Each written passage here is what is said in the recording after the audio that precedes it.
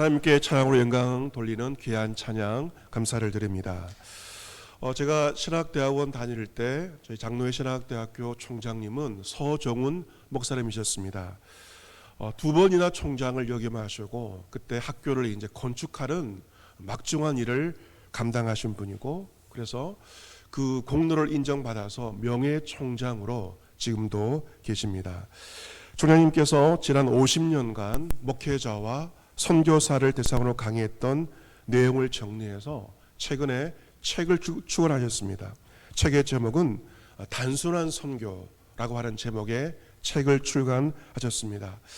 그 책을 출간하면서 출판 기념회를 학교에서 하였는데 저는 가지는 못하고 요즘에 온라인으로 잘 되어 있으니 온라인으로 그 출판 기념회에 참여하게 되었습니다. 그 책을 제가 읽어보질 않았지만 출판 기념회를 통하여서 한평생 인도네시아 선교사로서 사역하시고 또한 선교학 교수로서 선지생도도 신학생들을 훈련하신 한 길을 걸어오신 총장님의 선교에 대한 경험과 생각이 그 책에 담겨 있음을 보게 되었습니다. 그 책의 제목을 직접 붙이셨다고 하는데 단순한 선교라고 제목을 직접 붙이셨습니다. 이 단순하다, 이것은 선교의 본질이 복잡하지 않고 단순하다, 그러한 의미에서 단순한 선교라고 하는 제목을 붙이셨습니다. 총장님은 예수님께서 선교사들의 모범이라고 그렇게 말씀하십니다. 예수님께서 하셨던 일이 무엇인지를 잘 연구하고 그것을 계속 반복하는 것이 가장 좋은 선교이다. 선교는 복잡한 것이 아니고 모범 되신 예수 그리스도, 그분이 하신 일을 반복하는 것, 그것이 단순한 선교이지만 가장 좋은 선교라고 말씀하십니다. 선교만이 아닐 것입니다. 교회의 모든 일들도 복잡할 필요가 없습니다. 단순해져야 할 것입니다. 총장님은 역사를 보면 사회에서 기독교에 대한 인식이 좋았을 때는 교회가 부흥하였지만 인식이 좋지 않을 때는 쇠퇴했다고 그렇게 진단하십니다. 그러면서 코로나19 상황을 계기로 교회가 그동안 어떻게 해왔는가를 진지하게 돌아봐야 할 때라고 말씀하십니다. 교회가 오만과 불통과 쇠퇴의 길을 가지 않기 위해서 어떻게 하면 예수 그리스도의 가르침을 실현하는 것인가를 더 생각해 보아야 한다. 원로 신학자의 정말 좋은 말씀입니다. 그리고 총장님은 결론적으로 이렇게 말씀하십니다. 지금 우리에게 무엇이 부족합니까? 우리가 신학이 부족합니까? 책이 부족합니까? 신문이 부족합니까? 아니면 방송국이 부족합니까? 부족한 것은 오직 실천입니다. 정말 우리에게 부족한 것은 실천임을 진단하시고 말씀하십니다. 오늘은 10월 마지막 주는 종교개혁주일로 전 세계 교회가, 개신교 교회가 지키고 있습니다. 이 종교개혁 운동은 바로 교회가 다시 근원으로, 본질로, 단순하지만 그 본질로 돌아가고자 하는 그러한 운동이 바로 종교개혁 운동이었고, 우리는 종교개혁 운동의 후예라고 말할 수가 있습니다. 오늘 본문 말씀을 통하여서 우리는 초대교회, 2000년 전 초대교회였던 안디옥 교회의 그 모습을 우리가 볼 수가 있습니다. 초대교회 두 교회를 말하러 한다면 예루살렘 교회와 안디옥 교회입니다. 예루살렘 교회와 함께 2000년 전 초대교회 기독교의 중심을 이룬 교회가 바로 안디옥 교회였으며, 이 안디옥 교회는 이방 땅에 세워진 최초의 교회가 바로 안디옥 교회입니다. 그런데 이 안디옥 교회가 세워진 것은 예루살렘 교회가 계획해서 세워진 것이 아닙니다. 안디옥 교회가 세워진 것은 바로 초대교회 예루살렘 교회 위기로 말미암아 바로 안디옥 교회가 세워지게 되었습니다. 스데반 집사의 일로 일어난 환란으로 말미암아 예루살렘 교회 성도들은 목숨을 부지하기 위해서 뿔뿔이 여러 곳으로 흩어지게 되었습니다. 그런데 흩어진 자들이 베니게와 구브로와 안디옥까지 이르러 유대인에게만 말씀을 전합니다. 박해 때문에 흩어진 자들이 여러 사방으로 흩어져서 복음을 전하게 되었습니다. 그리고 구브로와 구레네 몇 사람이 안디옥에 이르러 헬라인에게도 전도를 하게 되었고 주 예수 그리스도를 전파를 하게 되었습니다. 만약 이런 박해가 없었더라면 안디옥까지 도달하지 않았을 것입니다. 하지만 초대교회 예루살렘 교회의 박해는 위기였지만 위기가 기회가 되었고, 그리고 흩어진 성도들은 저 멀리 안디옥까지 가서 이방인에게도 복음을 전하게 되었습니다. 여러분, 교회에 직면한 위기는 우리가 보기를 위기이지만 하나님이 보시기에는 기회가 되는 것을 우리가 성경을 통해서 볼 수가 있는데, 바로 초대교회 박해를 통하여서 안디옥까지 복음이 전파가 되었습니다. 안디옥은 어떤 도시인가? 역사가 요세푸스에 의하면 안디옥은 당시 거대한 로마 제국 가운데서 세 번째 도시였습니다. 로마가 첫 번째였고 알렉산드리아가 두 번째였고 세 번째 도시가 바로 안디옥이라는 도시였습니다. 안디옥은 국제 도시였습니다. 그래서 유대인들도 있었고 헬라 사람도 있었고 페르시아, 인도, 중국까지 정말 다양한 인종이 모여 살고 있는 지금의 뉴욕과 같은 수많은 인종이 모여 있는 그러한 도시였습니다. 그러다 보니 수많은 인종들이 모여 살다 보니 늘 도시는 긴장이 있었고 갈등과 다툼이 많은 도시, 매우 혼란스러운 도시가 당시의 안디옥이었습니다. 그런데 21절 말씀 보시면 주의 손이 그들과 함께 하심에 수많은 사람들이 믿고 주께 돌아오더라. 복음의 역사가 안디옥 도시 가운데 일어나게 되었습니다. 이 주의 손은 하나님의 능력을 묘사하는 구약적인 표현입니다. 그 안디옥 도시 자체는 굉장히 혼란스럽고 늘 싸우고 분쟁이 넘치는 그러한 도시였지만 주의 능력이 전도자와 함께 하였을 때 불안과 긴장과 다툼 가운데 살던 안디옥의 수많은 사람들이 주 예수 그리스도를 믿게 되고 주께 돌아오는 놀라운 구원의 역사가 그 도시 가운데 일어나게 되었고, 이것은 초대교회의 위기 가운데 일어난 하나님의 역사였습니다. 예루살렘 교회는 얼마나 힘이 들었겠습니까? 박해 때문에 교인들이 뿔뿔이 흩어져 있는 그 상황이었지만 안디옥 교회에 임한 하나님의 역사를 보고 그 좋은 소문을 듣고 바나바를 안디옥까지 보내게 됩니다. 이 바나바는 여러분께서 알고 이 바나바는 이름이 아닙니다. 고유 명사가 아니라 일반 명사인데 바나바 이름의 뜻은 권위자, 해석하면 위로의 아들, 그러한 뜻을 가지고 있습니다.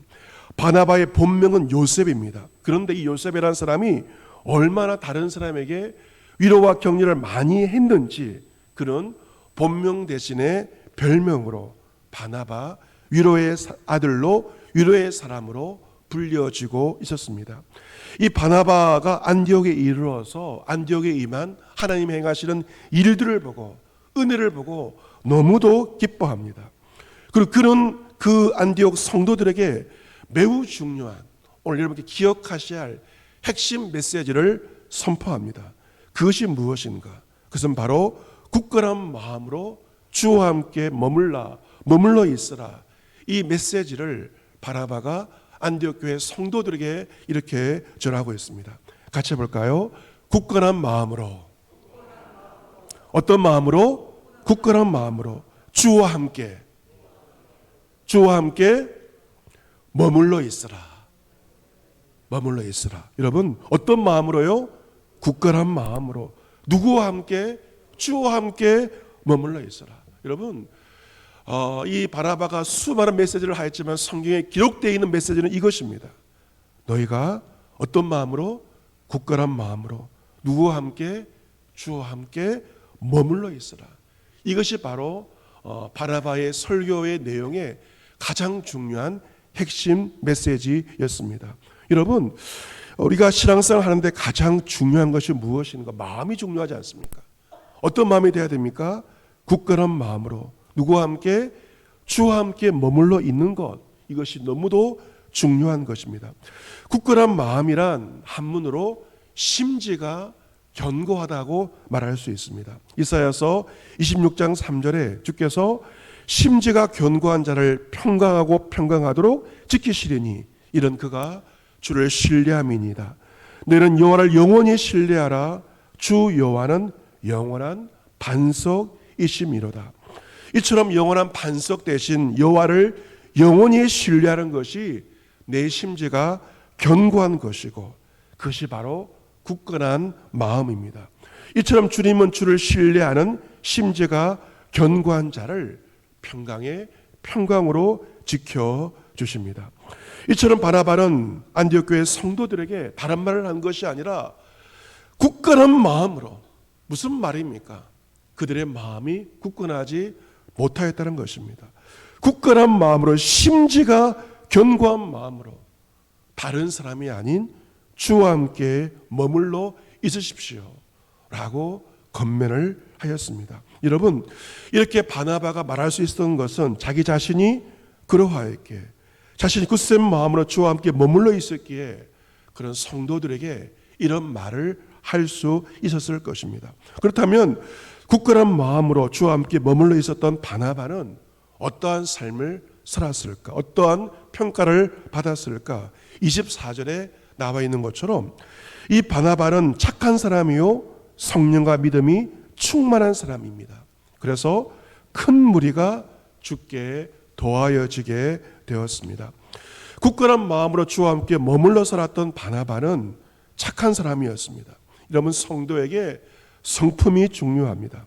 바나바의 성품은 착하고 선한 성품이었고, 또한 그는 성령이 충만한 자였고 믿음이 충만한 자였고 예수로 충만한 자였습니다. 여러분, 이처럼 성품과 믿음은 연관되어 있습니다.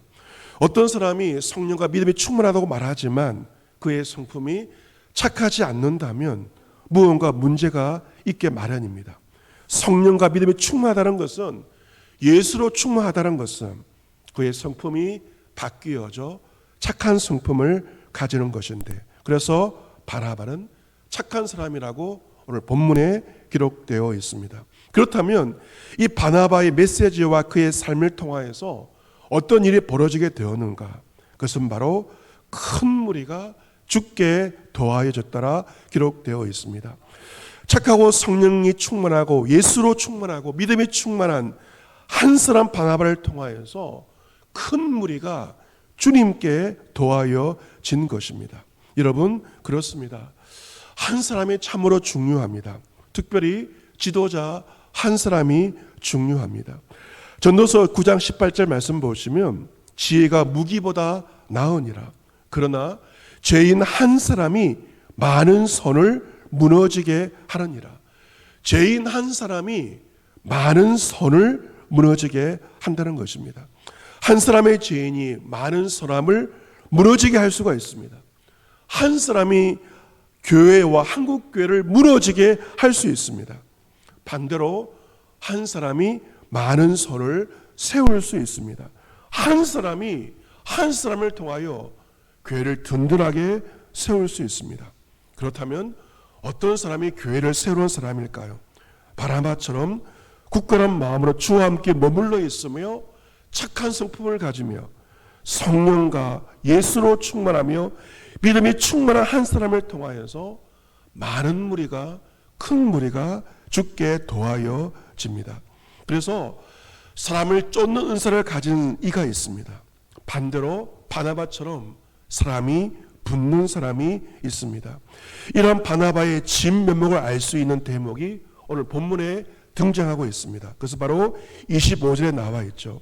이 바나바가 사울을 찾으러 다소에 가서 만나서 안디옥에 데리고 왔다. 이것이 이 바나바의 진면목을 알 수 있는 대목입니다. 이 사울은 교회를 핍박하고 박해하는 자였습니다. 하지만 그는 다메섹으로 가는 길에서 부활하신 주 예수 그리스도를 직접 만나게 되었고 극적으로 회심의 경험을 하게 됩니다. 하지만 그는 은혜를 입었지만 과거 교회를 박해한 전력이 있어서 쉽사리 교회 공동체에 들어오지 못하였습니다. 주님은 그를 용서하였지만 그의 죄책감과 그리고 초대교회 성도들이 그를 받아들이지 않았기 때문에 그는 교회에 들어오지 못하고 다소에서 그냥 머물고 있었습니다. 그때 바나바는 어떻게 합니까? 사울을 찾으러 다소까지 가게 됩니다. 이 찾다의 원문의 뜻을 보면 수소문을 하였다는 뜻을 가지고 있습니다. 바나바는 사울이 어디인지 몰랐습니다. 하지만 무작정 다소에가 수소문을 하여서 사울이 어디에 있는지를 수소문을 하고 찾은 것입니다. 그리고 그를 발견하여서 혼자 있는 것이 아니고 안디옥 교회로 데려와서 함께 사역을 하게 됩니다. 여러분, 바나바 어떤 사람일까요? 이처럼 사울처럼 더 이상 가망이 없다고 여겨지는 사람들, 전력이 있는 사람들, 과거가 있는 사람들, 그리고 버림받은 사람들에게 찾아가서 한 번 더 기회를 주도록 한 사람이 바로 바나바입니다. 바나바는 사람을 세우며 위로하는 그 일에 힘쓴 사람이 바로 바나바입니다. 바나바는 바로 사람을 귀히 여기고 사람을 소중히 여기는 자였습니다. 바나바처럼 사람을 귀하게 여길 때 그 주위에 사람들이 모여들게 됩니다. 바나바는 사람을 도와주는 사람, 사람을 세워주는 사람이었습니다. 이것은 바로 목자이신 예수 그리스도의 마음이지 않습니까? 우리 예수님은 잃어버린 한 마리 양을 찾기 위해서 찾아 나서시는 분이십니다. 목자 없는 양처럼 방황하는 백성들을 우리 예수 민망히 여기시고 불쌍히 여기셨습니다. 그 선한 목자이신 예수님처럼 바나바는 한 사람 사울을 찾기 위해서 길을 나서는 수고를 감당하였고 마침내 그 사람을 교회 공동체에 인도한 것입니다. 우리 역시 목자 대신 예수 그리스도를 본받아 바나바를 본받아 여러 가지 이유로 지금 방황하고 있는 사람들을 찾으러 나가야 합니다. 목자의 심정으로 예수 그리스도의 마음으로 그들을 찾아 나서야 합니다. 다음 주가 추수감사절입니다. 교회의 가장 큰 절기라고 할 수 있습니다. 추수감사주일날 모든 성도들이 주께 나와 예배하기를 원합니다. 이번 한 주간 여러분에게 미션이 있습니다. 여러분의 가정 가운데 잃어버린 양이 있을 수 있습니다. 여러분의 순가 우리 교회 가운데 여러 이유로 낙심 중에 있는 성도들이 있습니다. 바나바처럼 그 성도들을 찾아가서 그리고 추수감사절 주 앞에 나와 주에게 나와 예배드릴 수 있도록 찾아 나서도록 하는 것, 이것이 여러분에게 부과된 한 주의 중요한 미션입니다. 한 사람을 통하여서 다른 사람을 세워나가고 주의 교회로 인도하는 것입니다. 이제 바나바와 사울 두 사람은 마음을 합하여서 안디옥 교회에서 1년간 큰 무리를 가르쳤습니다. 교회 지도자가 해야 할 가장 중요한 일은 성도들을 가르치는 일이며 양육입니다. 예루살렘 교회 역시 사도의 가르침에 근거하여서 서로 교제하고 떡을 떼며 기도하기를 힘썼던 것처럼 안디옥 교회도 주의 말씀으로 양육하는 가르침의 공동체였습니다. 그리고 그 가르침을 통하여서 어떤 일이 벌어지게 되었는가? 안디옥 교회에 있던 바나바의 제자들, 안디옥 교회 성도들은 비로소 그리스도인하고 일컬음을 받게 되었습니다. 그리스도인이라고 처음으로 불리어지게 되었습니다. 바나바의 사람이 아니라 그리스도의 사람, 그리고 그리스도인으로 일컬음을 받게 되었습니다. 그들 스스로가 그리스도인이라고 부른 것이 아닙니다. 교회 다니지 않는 세상에 있는 세상 사람들이 성도들을 보면서 저 사람들은 그리스도인이라고 세상 사람들이 그들을 불렀습니다. 왜 세상 사람들이 그들을, 교회 성도들을 그리스도인이라고 불렀을까요? 그것은 성도에게 그리스도의 모습이 보였기에, 그리스도의 향기가 임하였기에 그들을 그리스도인이라고 세상 사람들이 부르지 않았겠습니까? 그리스도의 뜻은 바로 그리스도에 속한 사람이라는 뜻을 가지고 있습니다. 여러분, 그리스도 호칭이 처음 붙여진 것은 예루살렘 교회가 아니었습니다. 이방 교회, 안디옥 교회였습니다. 안디옥 교회에서 처음 불리어진 그리스도 이 호칭은 2세기에 들어와서는 성도들을 부르는 공식적인 호칭이 되었고, 지금도 크리스찬, 그리스도인이라고 교회 다니는 사람을 부르고 있는 것입니다. 어쩌면 지금 저와 여러분은 나 자신이 그리스도인이다, 크리스찬이라고 여기고 있을지도 모르겠습니다. 하지만 중요한 것은 정말 지금 세상에 있는 많은 사람들, 우리 교회 주변에 있는 많은 사람들, 여러분 직장 동료들이 과연 나를 그리스도인이라고, 크리스찬이라고 부르고 있는가라고 우리는 진지하게 질문해 보아야 할 것입니다. 자식의 아버지를 닮듯이 교인들은 목사를 닮습니다. 안디옥 교회 담임 목사 바나바 목사님이 예수 그리스도를 닮은 사람이었기에 안디옥 교회 성도들은 크리스찬으로, 그리스도인으로 예수님께 속한 자라고 불리워졌던 것입니다. 세계를 정복하였던 알렉산더 대왕이 있습니다. 알렉산더 대왕이 세계를 정복한 정복자 아닙니까? 근데 재미있는 것은 그의 병사 가운데 그와 똑같은 이름을 가진 병사, 알렉산더라고 하는 병사가 있었습니다. 그런데 이 병사가 문제가 많았습니다. 병사의 좋지 않은 행실이 왕의 귀에도 들려지게 되었습니다. 어느 날 알렉산더 대왕은 조용히 그 병사의 막사를 찾아갔습니다. 그날도 술에 취해 있던 그 병사가 얼떨결에 알렉산더 대왕을 맞이합니다. 왕이 말합니다. 자네 이름이 알렉산더라지. 왕이시여, 그렇습니다. 내가 나와 똑같은 이름을 가지고 있거나, 하지만 너의 잘못된 행동 때문에 나의 이름이 더럽혀지고 있다는 소식을 내가 들었노라. 내가 왕으로서 너에게 명령한다. 너의 이름을 바꾸어라. 이름을 바꾸기 싫다면 너의 행실을 바꾸어라 라고 명령하였습니다. 너 이름을 바꾸라. 이름을 바꾸기 싫거든 너의 잘못된 행실을 바꾸라고 명령한 것입니다. 전도를 하다 보면 이런 말을 듣게 됩니다. 암흑의 교회에서 나왔습니까? 예, 그렇습니다. 그 교회에 암흑의 교인이 있지요. 예, 있습니다. 나는 그 사람 때문에 예수를 믿지 않습니다. 그런 말을 들을 때 정말 가슴이 아프게 느껴지게 됩니다. 사랑하는 성도 여러분, 오늘은 종교개혁주일입니다. 개혁이란 것은 원래 있던 그 자리로 돌아가는 것이며 다시금 근원과 본질로 돌아가는 것이 무엇이 본질입니까? 교회는 다시금 예수 그리스도에게로, 그리고 예수 그리스도를 따랐던 초대 교회로 다시금 교회는 돌아가야 할 것입니다. 예수님은 요한계시록 2장에서 에베소 교회를 향하여 이렇게 말씀하셨습니다. 너를 책망할 것이 있나니 너의 처음 사랑을 버렸느니라. 그러면 어디서 떨어졌는지를 생각하고 회개하여 처음 행위를 가지라. 만일 그리하지 아니하고 회개하지 아니하면 내가 네게 가서 내 촛대를 그 자리에서 옮기리라. 주님께서 에베소 교회를 향하여 책망의 말씀을 하십니다. 우리는 이 말씀을 묵상하면 도대체 우리가 어디서부터 잘못되었는지, 어디서부터 떨어졌는지를 우리는 다시금 곰곰이 생각해 보아야 할 것입니다. 처음 사랑을 버리지 않았는지, 그렇다면 다시금 우리는 첫사랑으로 처음 행위를 다시금 가져야 합니다.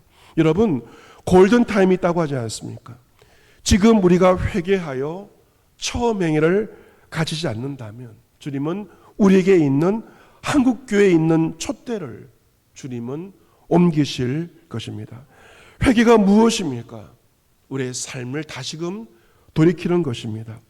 지금 우리에게 필요한 것은 다른 것이 아니라 오직 실천하는 그 목사님의 그 말씀을 다시 한번 묵상을 하게 됩니다. 여러분, 2000년 전 초대교회가 박해를 받아서 어려움에 처해 있던 것처럼 지금 교회도 안팎으로 어려운 상황에 놓여 있습니다. 외부적인 그러한 어려움과 그리고 내적인 갈등들이 우리 가운데 놓여 있습니다. 하지만 우리가 기억해야 할 것은 교회가 직면한 위기는 하나님 편에서 기회가 된다는 것입니다. 그렇다면 우리는 그 어떤 상황 가운데도 바나바 목사님의 말씀처럼 굳건한 마음으로 주와 함께 머물러 있어야 할 것입니다. 그리고 그 주의 은혜로 말미암아 우리는 바나바처럼 사람들을 찾아가서 세우는 그 일들을 이번 한 주간 이 가을에 감당해야 할 것입니다. 그리하여 바나바처럼 착한 사람으로서 성령이 충만하며 예수로 충만하며 믿음이 충만함으로 말미암아 이 시대의 사람들에게 그리스도인으로서 작은 예수로 다시금 불려지며 여러분 한 사람 한 사람을 통하여 이 시대에 수많은 사람들이 주께 더하여 질 수 있게 되기를 주 예수 그리스도의 이름으로 축복합니다. 아멘. 하나님 아버지 감사합니다.